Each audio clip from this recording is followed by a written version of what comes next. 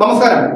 Hema committee report പുറത്തു വന്നതോടെ ചാകരയാണ് മലയാളത്തിലെ ചാനലുകാർക്ക്.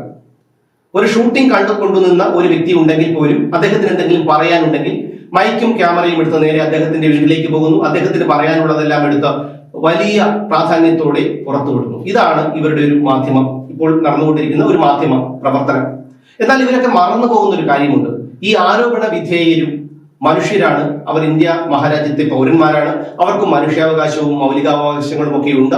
തങ്ങളും തെറ്റുകാരാണ്, തെറ്റ് ചെയ്തിട്ടുണ്ടാവാം പലപ്പോഴും. ഇതൊക്കെ എന്തെങ്കിലും ഒരു ദിവസം ആരെങ്കിലും ആരോപണമായോ മറ്റൊക്കെ ഉന്നയിക്കും എന്നൊക്കെയുള്ള ഒരു തോന്നൽ ഈ പറയുന്ന പല പ്രമുഖ മാധ്യമ പ്രവർത്തകരുടെയും ഒക്കെ ഉള്ളിൽ ഉണ്ടായിരുന്നാൽ വളരെ നല്ലത്. ഞാൻ പറയാൻ വന്നത്, ഹേമ കമ്മിറ്റി റിപ്പോർട്ടുമായി ബന്ധപ്പെട്ടുള്ള വാർത്തകൾ പുറത്തു വന്നതിന് ശേഷം, ആരോപണങ്ങളൊക്കെ പുറത്തു വന്നതിന് ശേഷം പതിവായി നടക്കുന്ന എല്ലാ ചാനലുകളിലും നടക്കുന്ന ഒന്നാണ് ഹേമ കമ്മിറ്റി റിപ്പോർട്ടിനെ കുറിച്ചുള്ള അന്തിച്ചർച്ച. ഈ അന്തിച്ചർച്ചയിലൊക്കെ വളരെ, അതായത് എതിരഭിപ്രായമുള്ളവരുണ്ടാകാം. ഇപ്പോൾ ഭൂരിപക്ഷത്തിന് താല്പര്യമുള്ള അഭിപ്രായത്തോട് ചേർന്ന് നിൽക്കാൻ എല്ലാവർക്കും കഴിഞ്ഞു എന്ന് വരില്ല. അതുകൊണ്ട് തന്നെ വ്യത്യസ്തമായ അഭിപ്രായങ്ങൾ ഉണ്ടാകാം. എന്നാൽ ഈ വ്യത്യസ്തമായ അഭിപ്രായങ്ങളുള്ളവരെ വളഞ്ഞിട്ടാക്രമിച്ച് അപമാനിക്കുന്ന ഒരു രീതിയാണ് ഈ ചാനൽ ചർച്ചകളിൽ പലപ്പോഴും കണ്ടുവരുന്നത്. അതിന്റെ ഒരു ഉദാഹരണം ഞാൻ പറയാം. 2-3 ദിവസങ്ങൾക്ക് മുൻപ് ന്യൂസ് 18 ചാനലിൽ അപർണ കുറുപ്പ് ഒരു ചർച്ച നയിക്കുന്നു. ആ ചർച്ചയിൽ ഫോണിലൂടെ നടൻ ധർമ്മജനെ ബന്ധപ്പെടുന്നു. അദ്ദേഹത്തെ പ്രകോപിപ്പിക്കുന്ന തരത്തിലുള്ള ചോദ്യങ്ങളാണ് ഈ അപർണ കുറുപ്പ് ചോദിക്കുന്നത്. അവരങ്ങനെ കത്തിക്കയറുകയാണ്. അതായത് ഒരു തന്നോട് ആരെങ്കിലും എന്തോ വഴക്കിട്ടു എന്ന രീതിയിലാണ് അവർ ഈ ക്യാമറയ്ക്ക് മുന്നിൽ നിന്ന് ആക്രോശിക്കുന്നത്. സത്യം പറഞ്ഞാൽ ഈ ഒരു അപർണ കുറുപ്പിനോടൊക്കെ ഒരു ബഹുമാനം ഉണ്ടായിരുന്നതാണ്. കാരണം അവരൊക്കെ വളരെ നന്നായിട്ട് തന്നെ ചർച്ചകൾ നയിച്ചു കൊണ്ടുപോകുന്ന ആൾക്കാരാണ്. പക്ഷെ ഇത്തരത്തിലുള്ള ചാനൽ റേറ്റിംഗ് കൂട്ടാനോ അല്ലെങ്കിൽ മറ്റെന്തെങ്കിലും കാരണം കൊണ്ടോ ഇത്തരത്തിലുള്ള വികാര പ്രകടനങ്ങളൊക്കെ ക്യാമറയ്ക്ക് മുന്നിൽ നടത്തുമ്പോൾ പ്രേക്ഷകരൊക്കെ അതൊക്കെ കണ്ടുകൊണ്ടിരിക്കുകയാണ് എന്നുള്ളൊരു ബോധമെങ്കിലും അവർക്ക് ഉണ്ടാകണം. കാരണം ധർമ്മജന് വ്യത്യസ്തമായിട്ടുള്ള ഒരു അഭിപ്രായം ഉണ്ടാകാം. ന്യൂസ് 18 ചാനലിന്റെയോ അല്ലെങ്കിൽ ഭൂരിപക്ഷത്തോടോ അല്ലെങ്കിൽ അപർണ കുറുപ്പിനോടോ ഉള്ള അഭിപ്രായത്തോടൊപ്പം ധർമ്മജൻ ചേർന്നു നിൽക്കണം എന്ന് വാശി പിടിക്കുന്നത് മണ്ടത്തരമാണ്. അദ്ദേഹത്തെ പ്രകോപിപ്പിക്കുന്ന തരത്തിലുള്ള ചോദ്യങ്ങളാണ് അപർണ കുറുപ്പ് ഉന്നയിച്ചുകൊണ്ടിരുന്നത്. ഒടുവിൽ ധർമ്മജന് നിലവിട്ട് പെരുമാറേണ്ടി വന്നു. അദ്ദേഹത്തിന് ഒരു തരത്തിൽ അസഭ്യം തന്നെ പറയേണ്ടി വന്നു. അപ്പോൾ ഒരു മനുഷ്യനെ, ഇത്ര ശാന്ത സ്വഭാവികമായിക്കോട്ടെ, ആ മനുഷ്യനെ കൂടുതൽ പ്രകോപിപ്പിച്ചാൽ ഒരു പരിധിവരെ ക്ഷമിക്കും. അത് കഴിയുമ്പോൾ അയാൾ പൊട്ടിത്തെറിക്കുന്ന ഒരു അവസ്ഥ ഉണ്ടാകും. അതാണ് ഈ മാധ്യമ പ്രവർത്തകൻ ഉദ്ദേശിക്കുന്നത്. കാരണം എങ്ങനെയെങ്കിലും മറുഭാഗത്തുള്ള വ്യക്തിയെ പ്രകോപിപ്പിച്ച് അയാളുടെ വായിൽ നിന്ന് എന്തെങ്കിലും പുറത്തു വീഴുക, വീണ്ടും അത് വിവാദമാക്കുക എന്നുള്ളതാണ് ഇവരുടെ ഒരു തന്ത്രം. ഇതിന്റെ മറ്റൊരു ഉദാഹരണമാണ് ഈ ഒരു ഹേമ കമ്മിറ്റി റിപ്പോർട്ട് പുറത്തു വന്നതിനു ശേഷം 7ാം ക്ലാസ് തുല്യതാ പരീക്ഷ എഴുതാൻ ഈ അട്ടക്കുളങ്ങര സ്കൂളിലെത്തിയ ഇന്ദ്രൻസിനെ വളഞ്ഞ് നിന്ന് മാധ്യമപ്രവർത്തകർ ഓരോ ചോദ്യങ്ങൾ ഹേമ കമ്മിറ്റിയെ കുറിച്ച് ചോദിക്കുന്നത് നമുക്കറിയാം. ഇന്ദ്രൻസ് വളരെ നിഷ്കളങ്കനായ, വളരെ സാധുവായ ഒരു മനുഷ്യനാണ് ഇന്ദ്രൻസ്. ആ മനുഷ്യനോട് സ്വാഭാവികമായും ഇത്തരത്തിലുള്ള കുറച്ച് ചോദ്യങ്ങൾ ചോദിച്ചുകൊണ്ടേയിരുന്നാൽ എന്തെങ്കിലും വായിൽ നിന്ന് അറിയാതെ വീണുപോയാൽ, ഒരു പക്ഷെ അദ്ദേഹം ഉദ്ദേശിക്കുന്ന തരത്തിലായിട്ടില്ല, എന്തെങ്കിലും ഒരു ചോദ്യങ്ങൾ ആ രീതിയിൽ ചോദിക്കുമ്പോൾ ആ പാവം മനുഷ്യൻ ഇത്തരത്തിൽ എന്തെങ്കിലും പറഞ്ഞു പോയാൽ ആ മനുഷ്യന് പിന്നെ ഈ കേരളം എന്താണ് ചെയ്യുന്നത് എന്നുള്ള കാര്യം നമുക്കറിയാം. പല വിഷയങ്ങളും നമ്മൾ കണ്ടിട്ടുള്ളതാണ്. ഇത്തരത്തിലുള്ള പല വ്യക്തികളും എന്തെങ്കിലുമൊക്കെ അവരുടെ കയ്യിൽ നിന്ന് വീഴുന്ന, അല്ലെങ്കിൽ ഒരു ചെറിയ പിഴവിന് പോലും അവരെ എത്രമാത്രം ക്രൂരമായാണ് സൈബർ ആക്രമണം നടത്തുന്നത് എന്നൊക്കെയുള്ള കാര്യം നമ്മൾ മുൻപ് പല വിഷയങ്ങളിലും കണ്ടിട്ടുള്ളതാണ്. അതുകൊണ്ട് തന്നെ ഈ പാവം മനുഷ്യനെയൊക്കെ വെറുതെ വിടണ്ടേ?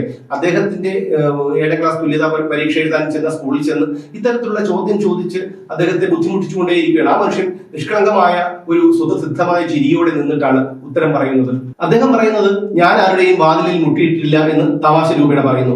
അതാണ് തലക്കെട്ടായി പല മാധ്യമങ്ങളും ആഘോഷിച്ചത് എന്ന് കൂടി ഓർക്കണം. ഞാൻ ആരുടെയും വാതിലിൽ മുട്ടിയിട്ടില്ല എന്നാണ് ഇന്ദ്രൻസ് പറയുന്നത്. അതുപോലെ തന്നെയാണ് മിനിഞ്ഞാന്ന് സുരേഷ് ഗോപിയെ, തൃശൂർ രാമനിലയത്തിൽ നിന്ന് ഇറങ്ങി വന്ന സുരേഷ് ഗോപിയുടെ മുഖത്തേക്ക് മൈക്കുകൾ നീട്ടിപ്പിടിച്ചുകൊണ്ട് അദ്ദേഹത്തെ പ്രകോപിപ്പിച്ചത്. ഒടുവിൽ അദ്ദേഹം തള്ളി മാറ്റിയപ്പോൾ അദ്ദേഹം മാധ്യമ പ്രവർത്തകരെ കയ്യേറ്റം ചെയ്തു എന്ന നിലയിലേക്ക് വാർത്തയെ വളച്ചൊടിച്ച് ജനങ്ങളിലേക്ക് എത്തിക്കുന്നു. ഇത്തരത്തിലാണ് ഈ മലയാളികളുടെ ഇപ്പോഴുള്ള ഈ ഒരു മാധ്യമ പ്രവർത്തനം. ചാനൽ റേറ്റിംഗ് കൂട്ടാനായി എന്തും ചെയ്യും, ഏതറ്റം വരെയും പോകും എന്നുള്ള തരത്തിലേക്കാണ് ഇവരുടെ ഒരു രീതി. ഇപ്പോഴത്തെ റിപ്പോർട്ടർ ചാനൽ മറ്റൊരു രീതിയിൽ പോകുന്നു. കാരണം ഇന്നലെ മുകേഷിനെതിരെ ആരോപണം ഉണ്ടായതിനു ശേഷം അദ്ദേഹം മാറി നിൽക്കുകയാണ്. സ്വാഭാവികമായും മുകേഷ് എല്ലാ സ്ഥാനത്ത് ആരാണെങ്കിലും മാറി നിൽക്കും. എന്നാൽ അദ്ദേഹത്തിന്റെ വീട്ടിലൊക്കെ പ്രതിഷേധ പ്രകടനങ്ങൾ നടത്തുന്നുണ്ട് മറ്റ് പാർട്ടികളിലെ യുവജന സംഘടനകൾ.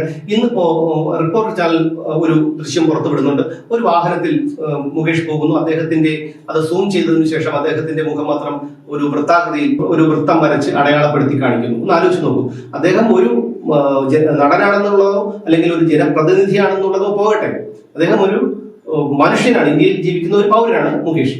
അതുകൊണ്ട് തന്നെ ഇതൊക്കെ ഈ ഒരാൾ എങ്ങോട്ട് പോകുന്നു, എങ്ങനെ പോകുന്നു, അയാൾ അവിടെ പോകുന്നു, ഇതൊക്കെയാണോ മാധ്യമപ്രവർത്തനം എന്നാണ് സ്വാഭാവികമായും ഉയരുന്ന ഒരു സംശയം. ഇനി മിക്കവാറും റൂട്ട് മാപ്പ് വരച്ച് മുകേഷ് എവിടെയൊക്കെയാണ് പോയത്, എവിടെ ഇറങ്ങി, എന്തൊക്കെ ചെയ്തു എന്നുള്ള കാര്യങ്ങളൊക്കെ മിക്കവാറും ഡോക്ടർ അരുൺകുമാർ വന്ന് നമുക്ക് വിശദീകരിക്കേണ്ട ഒരു കാഴ്ച കൂടി കാണേണ്ടി വരും. കാരണം ഷിരൂരിലുണ്ടായ മണ്ണിടിച്ചിലും മറ്റു വയനാടുണ്ടായ പ്രകൃതി ദുരന്തത്തിലും ഒക്കെ ഇത്തരത്തിൽ മാപ്പ് വരച്ച് കാര്യങ്ങൾ അടയാളപ്പെടുത്തിയാണ് ഈ കുട്ടികളെ പഠിപ്പിക്കുന്നത് പോലെ റിപ്പോർട്ടർ ചാനൽ ഈ വാർത്തകളൊക്കെ പുറത്തുവിട്ടത്. അപ്പോൾ ഈ പറയുന്ന മാധ്യമ പ്രവർത്തനത്തെ ഒരു രീതിയിലും അംഗീകരിക്കാൻ കഴിയുന്നതല്ല. കാരണം ഒരു വ്യക്തിയെ അവർക്ക് എതിർപ്പുണ്ടെങ്കിൽ അവരുടെ നിലപാടിനോട് ചേർന്ന് നിൽക്കുക, അല്ലെങ്കിൽ ശരി അയാളുടെ അഭിപ്രായ സ്വാതന്ത്ര്യത്തെയും മാനിക്കുക എന്നുള്ളതിൽ കവിഞ്ഞ് അപർണക്കുറിപ്പ് ചോദിച്ചതുപോലെ ഇത്തരത്തിൽ ധർമ്മജനോട് പ്രകോപനപരമായ ചോദ്യങ്ങൾ ചോദിക്കുകയും അത് വിനായകനായിരുന്നെങ്കിലോ അത് മറ്റൊരു തരത്തിലേക്ക് വന്നേനെ. ഈ ഭാഷയും ആയിരിക്കില്ല വിനായകൻ പറയുന്നത്. എന്തും വിവാദമാക്കുക. കാരണം മാധ്യമങ്ങൾക്ക്, പ്രത്യേകിച്ച് ചാനലുകാർക്ക് പിടിച്ചു നിൽക്കണമെങ്കിൽ അല്ലെങ്കിൽ റേറ്റിംഗിൽ മുന്നിൽ നിൽക്കണമെങ്കിൽ ഇത്തരത്തിലുള്ള വാർത്തകൾ കൂടിയേ തീരും. അത്തരത്തിലുള്ള ഗോസിപ്പുകൾ സാധാരണ മുത്തച്ചിപ്പിയിലും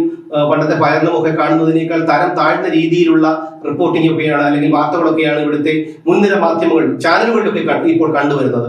എന്തായാലും ഈ ഒരു നടത്തിക്കൊണ്ടിരിക്കുന്ന ഈ ഒരു മാധ്യമ വേട്ട, അല്ലെങ്കിൽ ഒരു വ്യക്തിയോടുള്ള അയാൾ ഒരു പൗരനാണ് എന്നുള്ള കാര്യം പോലും മറന്നുകൊണ്ട് തങ്ങൾ ചെയ്യുന്നത് മാധ്യമ പ്രവർത്തനമാണ് എന്നുള്ളത് പോലും മറന്നുകൊണ്ട് നടത്തുന്ന ഇത്തരത്തിലുള്ള ഒരു വ്യക്തിഹത്തെയും ഈ പറയുന്ന ഒരു കീഹോൾ ജേർണലിസവും ഒക്കെ ഒരിക്കലും നിലനിൽക്കുന്നതല്ല എന്നുകൂടി ഈ മാധ്യമ പ്രവർത്തകർ ഓർത്താൽ നന്ന്.